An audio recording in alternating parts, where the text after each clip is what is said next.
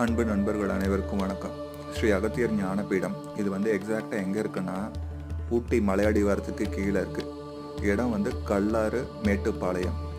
இந்த மகத்துவமான மலையில் இது கல்லாறு மலைன்னு சொல்லுவாங்க. இந்த கல்லாறு மலையில் என்னென்னா 18 சித்தர்களும் முருகப்பெருமானும் வாசம் செய்கிறதா சொல்கிறாங்க.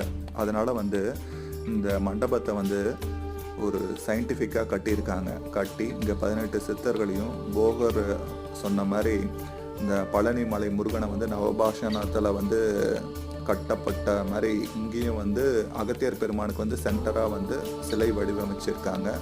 இங்கே வெளியில் முருகப்பெருமானுக்கும் அகத்தியர் பெருமானுக்கும் சிலை பிரதிஷ்டை பண்ணிட்டு இங்கே வழிபட்டுட்டு இருக்காங்க.